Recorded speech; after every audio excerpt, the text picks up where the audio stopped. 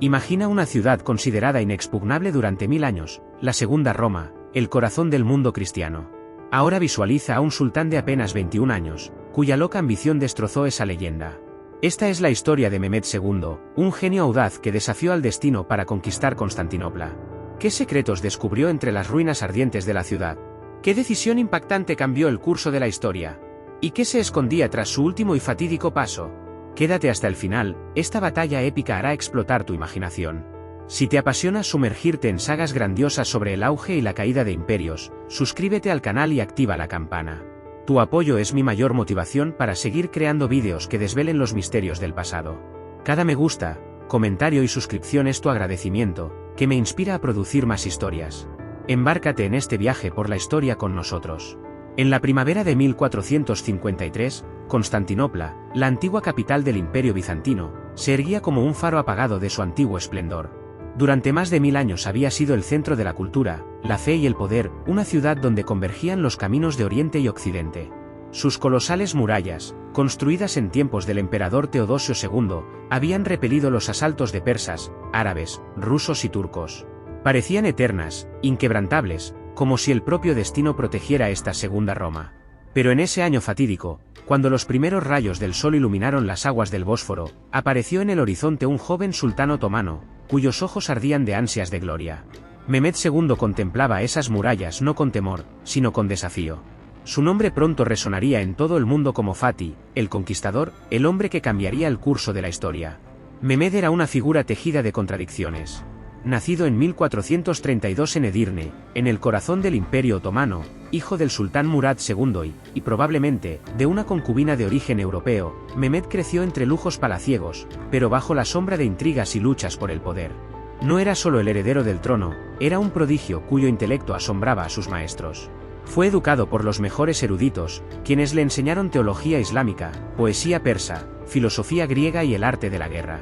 Hablaba con fluidez turco, árabe, persa, griego y latín, se sumergía en las obras de Aristóteles y Ptolomeo, y por las noches devoraba historias sobre Alejandro Magno, soñando con superar sus hazañas. Pero tras esa fachada erudita se ocultaba una voluntad de acero y una ambición rayana en la obsesión, quería construir un imperio que eclipsara a Roma. Constantinopla se convirtió en su idea fija desde la infancia. Sentado a los pies de sus tutores, escuchaba relatos sobre la ciudad, cuyas cúpulas doradas brillaban como el sol, cuyos templos guardaban reliquias de santos y cuyas murallas parecían obra de dioses. Para los bizantinos, Constantinopla era el corazón del cristianismo, el último bastión del Imperio Romano. Para los otomanos, era la manzana roja, el mítico trofeo que los convertiría en amos del mundo. Mehmed sabía que su padre, Murad II, había intentado tomar la ciudad 2 veces, pero había retrocedido, derrotado por sus defensas. Esos fracasos solo avivaban el fuego en el alma del joven sultán. Juró que lograría lo que sus antepasados no pudieron, aunque tuviera que desafiar a los mismos cielos. Su primer reinado fue un desastre. A los 12 años, cuando Murad II abdicó repentinamente, deseando retirarse a la contemplación espiritual, el joven sultán se encontró al frente del imperio. Pero su inexperiencia desencadenó rebeliones y amenazas externas, y Murad tuvo que regresar para salvar el estado. Esta humillación marcó profundamente a Mehmed. Se recluyó en Manisa, donde pasaba días y noches entre libros, mapas y planes. Cuando Murad murió en 1451, Mehmed ascendió al trono por segunda vez. Ya no era un niño, sino un hombre con un solo objetivo: Constantinopla caería, y él sería quien la derribara. Para 1452, Mehmed había transformado el ejército otomano en una máquina de guerra sin precedentes.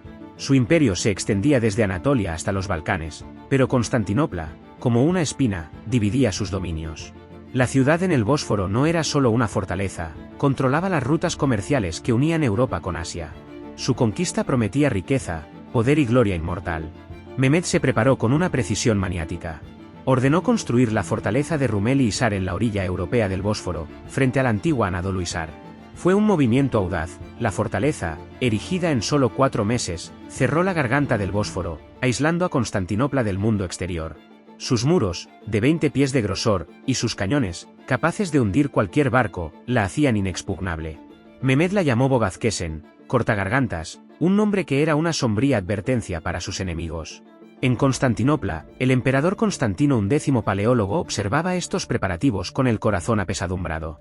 El imperio bizantino, que una vez dominó medio mundo, se había reducido a la ciudad y algunos islotes. La población de Constantinopla, que antaño contaba con cientos de miles, había menguado a menos de 50.000. Constantino tenía menos de 7.000 soldados, una mezcla de tropas bizantinas, mercenarios genoveses y venecianos, dispuestos a luchar por oro o por fe.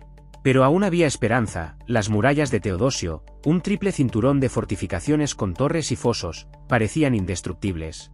Durante siglos habían resistido todo, desde hordas bárbaras hasta ejércitos árabes. Constantino creía que las murallas salvarían la ciudad, si sus hombres resistían hasta el final. Sin embargo, Mehmed trajo consigo un arma que cambió las reglas de la guerra. Contrató a Orbán, un ingeniero húngaro cuyo genio creó un cañón que pasó a la leyenda. Lo llamaron Basílica, un monstruoso artefacto de 27 pies de largo, capaz de disparar proyectiles de piedra de 600 libras. Para transportarlo hasta Constantinopla hicieron falta 60 bueyes y cientos de hombres. Un solo disparo podía destruir un muro de piedra, y su rugido, decían, se escuchaba a millas de distancia. Mehmed no se conformó con un solo cañón, reunió un arsenal entero, docenas de piezas más pequeñas, listas para reducir las murallas de la ciudad a polvo. Era una nueva era de la guerra, y Mehmed era su profeta. El 6 de abril de 1453 comenzó el asedio. El ejército de Mehmed, de 80.000 a 100.000 hombres, rodeó Constantinopla como un mar oscuro. Sus tiendas, salpicadas de estandartes brillantes, se extendían hasta el horizonte, mientras tambores y trompetas llenaban el aire con una música siniestra. La flota otomana, con más de 100 barcos, bloqueó el Cuerno de Oro, el puerto natural de la ciudad, aislándola del mar. Mehmed, de pie ante sus tropas con una capa escarlata, ofreció a Constantino una última oportunidad: ríndete, y te garantizaré vida y riqueza. El emperador respondió con un rechazo, su voz temblaba de determinación: la ciudad es mi vida, y la defenderé hasta mi último aliento. En ese momento, dos hombres, dos mundos, chocaron en una batalla que definiría el destino de los siglos. Las primeras semanas del asedio fueron un infierno en la tierra. Los cañones de Mehmed, alineados en filas, desataron una tormenta ensordecedora sobre las murallas de Teodosio. La basílica disparaba cada 2 horas, cada disparo hacía temblar la tierra, y sus proyectiles de piedra destrozaban las antiguas fortificaciones como si fueran de cristal. Las murallas, que habían resistido siglos, comenzaron a desmoronarse, y cada día las brechas se hacían más anchas. Pero los defensores no se rendían. Bajo la cobertura de la noche, trabajaban como hormigas, acarreando piedras, madera, incluso muebles, para reparar los daños. Constantino X, con una armadura maltrecha, recorría las murallas a caballo, su rostro cubierto de polvo, pero sus ojos brillando de fe. Hablaba a sus soldados de la gloria de Roma, de Dios, del deber, y sus palabras les hacían aferrarse más fuerte a sus espadas. Mehmed arrojó al combate todo lo que tenía. Ordenó a zapadores cavar túneles bajo las murallas, esperando derribarlas desde abajo. Pero los bizantinos, guiados por el ingeniero alemán Johannes Grant, fueron más astutos, excavaron sus propios túneles, inundando a los mineros otomanos con brea ardiente o haciéndolos estallar con pólvora. Mehmed envió oleadas de infantería, primero destacamentos irregulares, luego soldados anatolios, y finalmente a sus élites genízaros, cuya disciplina y ferocidad eran legendarias. Pero las estrechas brechas en las murallas convertían los asaltos en una carnicería.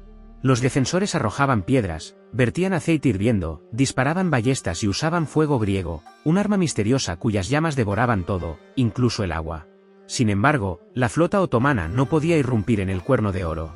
El puerto estaba bloqueado por una gigantesca cadena extendida de orilla a orilla, y los barcos bizantinos, resguardados tras ella, mantenían la defensa. Mehmed, cuya mente era tan afilada como su espada, ideó un plan que pasó a la historia como un milagro. En la noche del 22 de abril, sus hombres, bajo la cobertura de la oscuridad, comenzaron lo impensable: arrastraron 70 barcos por tierra. Rieles de madera, lubricados con grasa, abrieron un camino a través de las colinas, y al amanecer la flota otomana estaba en el Cuerno de Oro. Los defensores, al verlo, quedaron atónitos. Un capitán genovés escribió: fue como si el diablo hubiera llevado sus barcos por el aire. El bloqueo se completó, y la esperanza en los corazones de los defensores comenzó a desvanecerse. En Constantinopla reinaba un ambiente sombrío. Las reservas de comida se agotaban, la gente comía raíces y cuero, y los niños lloraban de hambre.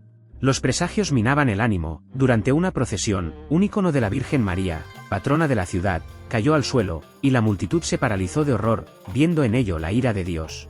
Una noche, una luna rojo sangre iluminó el cielo, y los ancianos recordaron una profecía: la ciudad caerá cuando la luna se vuelva sangre. Constantino, agotado pero inflexible, escribía cartas a Europa, suplicando ayuda. El Papa y Venecia prometieron barcos y soldados, pero el tiempo pasaba y los refuerzos no llegaban. La ciudad estaba sola contra el destino.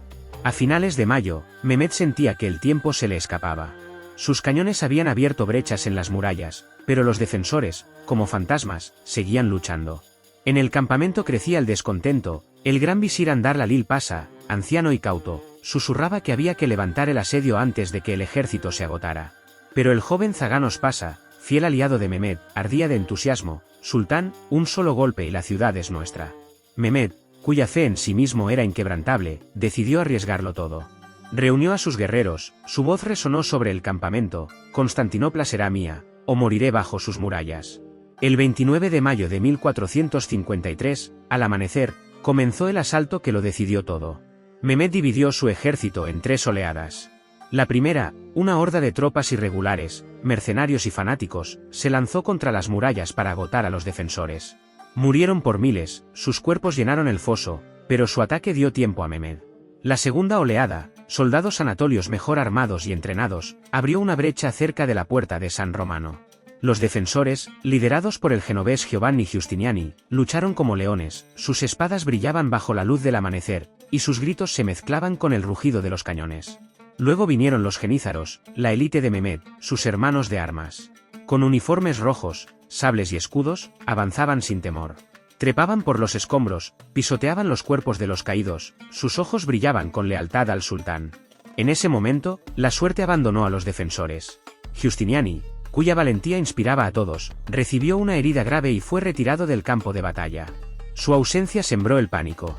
Y entonces, como por obra del destino, un pequeño destacamento otomano encontró una poterna olvidada, la Quercoporta, que había quedado sin cerrar.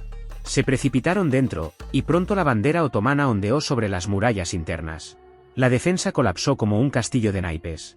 Constantino X, de pie en la muralla, vio cómo su ciudad moría. La leyenda cuenta que se quitó la capa imperial, desenvainó su espada y se lanzó a la última pelea, gritando: la ciudad ha caído, pero yo aún vivo. Su cuerpo nunca fue encontrado entre los miles de muertos. Los griegos contarían después que se convirtió en un rey de mármol, durmiendo bajo la tierra, esperando el día en que regresaría para reclamar Constantinopla. A mediodía del 29 de mayo, las banderas de Mehmed ondeaban sobre la ciudad. La segunda Roma había caído. Mehmed entró en Constantinopla a caballo, su rostro severo, pero sus ojos brillando de triunfo.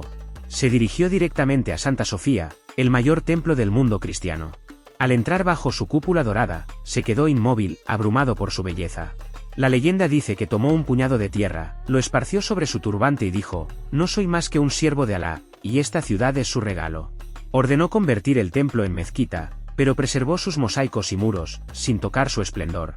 Mehmed proclamó Constantinopla como la nueva capital, renombrándola Constantinille, la ciudad que más tarde se convertiría en Estambul. A diferencia de muchos conquistadores, Mehmed no dejó que la ciudad se ahogara en sangre. Prohibió a sus soldados saquear más de 3 días, como dictaba la costumbre, y castigó severamente cualquier exceso. Protegió a las comunidades cristianas y judías, permitiéndoles conservar su fe y tradiciones. Invitó a los eruditos griegos a regresar, soñando con hacer de la ciudad un centro de saber donde Oriente y Occidente se fusionaran. No era solo un conquistador, era un visionario que veía en Constantinopla un puente entre mundos. La caída de Constantinopla sacudió Europa como un trueno en cielo despejado. Reyes y papas lloraron la segunda Roma, viendo en su pérdida el fin de un mundo. Los eruditos griegos, que huyeron a Italia con manuscritos antiguos, encendieron la chispa del Renacimiento. Los europeos, al perder las rutas comerciales del este, se lanzaron a buscar otras nuevas, lo que llevó al descubrimiento de América. Para los otomanos, fue un momento de gloria. Mehmed, ahora Fatih, se convirtió en una leyenda, un sultán cuyo nombre resonaba desde el Cairo hasta Viena. Pero Constantinopla fue solo el comienzo. Mehmed, cuya alma no conocía reposo, pasó los siguientes 30 años en campañas.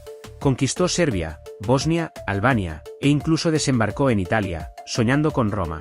Un imperio, una fe, un soberano, decía, y sus palabras atemorizaban a los reyes. Su corte en Estambul se convirtió en un faro de cultura, poetas componían versos, arquitectos erigían mezquitas, y eruditos traducían textos antiguos. Mehmed no era solo un guerrero, escribía poesía, amaba el arte y soñaba con un mundo donde el conocimiento reinara sobre la espada. Pero su lado oscuro, su crueldad con los enemigos y su desconfianza hacia los aliados, lo hacía solitario. Cuando murió en 1481, a los 49 años, posiblemente envenenado, el mundo se detuvo. Unos lloraron al genio, otros suspiraron aliviados. Su legado perdura en Estambul, la ciudad que convirtió en un puente entre civilizaciones. La conquista de Constantinopla no fue solo una victoria, fue un punto de inflexión, cuando un mundo murió y otro nació. La historia de Mehmed II es una saga de ambiciones que movieron montañas, de ingenio que derribó murallas, y de un destino que entrelazó Oriente y Occidente. Es el relato de un joven sultán cuya sueño destruyó una ciudad milenaria, y de un emperador que dio su vida por su pueblo. Es un drama donde la fe, el poder y el coraje chocaron en llamas. ¿Qué piensas? ¿Fue Mehmed un líder genial cuyo visión creó un nuevo mundo, o un conquistador despiadado que ahogó una ciudad en sangre? ¿Marcó la caída de Constantinopla el fin de una gran era o el nacimiento de una nueva? Escribe en los comentarios, comparte tus ideas, me muero por saber qué opinas. Sumérgete con nosotros en este momento épico de la historia y decidamos juntos de quién fue la verdad que triunfó en ese fatídico día de 1453.